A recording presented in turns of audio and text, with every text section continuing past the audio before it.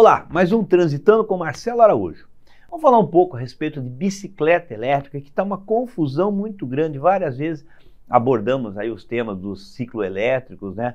Os autopropelidos, ciclomotores, etc. Mas a polêmica que está se instalando muito agora é com relação à bicicleta que tem um motor elétrico, para saber até que ponto ela continua sendo uma bicicleta e a partir de quando ela passa a condição de ciclomotor.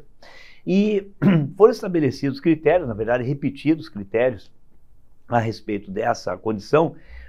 Em resumo é o seguinte: a bicicleta que você conhece, aquela bicicleta de força humana unicamente, é uma bicicleta. Ela tem as suas regras. Para você andar em ciclovia, em ciclofaixa ou acostamento, quando você não dispuser. Quando você vai num local que não tenha essas opções, você vai no sentido dos demais veículos, etc. Ou seja, uma bicicleta comum. Quando ela tiver o motor a combustão, se ela tiver o motor a combustão, seja original, seja agregado, ela já vai ser um ciclomotor por essa natureza, independentemente se o pedal ajuda ou assiste ou não. Então, nesse caso, o motor a combustão, e a gente vê muita gente que instala o motorzinho a combustão, por se tratar de um ciclomotor, vai precisar de placa, registro, licenciamento, capacete de moto, entre outros requisitos do ciclomotor. No caso do elétrico, da bicicleta elétrica, para que ela se mantenha tratada como bicicleta, esse motor elétrico ele não pode ter mais de 350 watts e é necessária que a força humana esteja presente no deslocamento. Não é possível que haja uma aceleração autônoma, afastada da força humana, ou seja, é o que popularmente chama do pedelec. Então, o motor elétrico ele só pode funcionar se houver o acionamento mediante o pedal, mediante a força humana desse ciclista. Se o pedal puder ficar parado para fins de manter a velocidade, ou se for dispensado uma aceleração, por exemplo, manual, passa a ser tratado como um ciclomotor.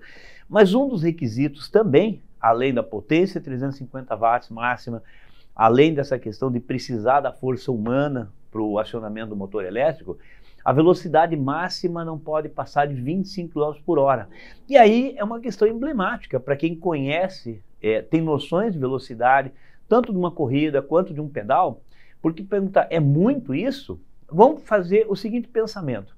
Você sabe qual que é a velocidade de uma pessoa numa caminhada vigorosa? Sabe aquela uma que você acorda de manhã, vai ali na praia e vai para se exercitar caminhando? Você vai estar andando mais ou menos 6 km por hora. Teve a maratona, a meia maratona de Balneário Camboriú, agora em abril, né? O vencedor fez os 21 km em 1 hora e 6 minutos.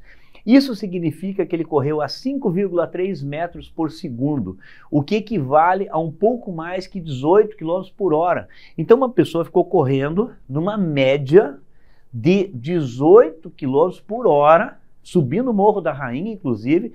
Então ele chegou a pegar mais de 20 por hora em determinados momentos, porque a média dele foi 18. Então, para uma pessoa a pé andar 18, uma pessoa de bicicleta vai estar a 23, 22 por hora num passeio regular. Só que você, sem motor elétrico, se você pedala, se você é um ciclista, você chega facilmente aos 40 por hora. E para a bicicleta, só com a força humana, não tem limitação. Então acaba se tornando vamos dizer, um desfavor o motor elétrico. Para a pessoa que não tem o hábito de pedalar, chegar aos 25 por hora com menos esforço físico, pode ser até razoável para um passeio.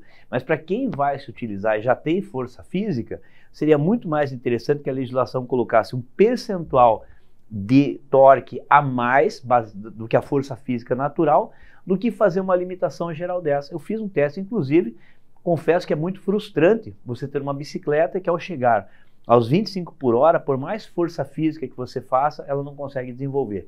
Fica aí um tema que eu entendo que deva ser discutido pelo CONTRAN, pelo Conselho Nacional de Trânsito, até para rever esses conceitos. Até o próximo Transitando com Marcelo Araújo.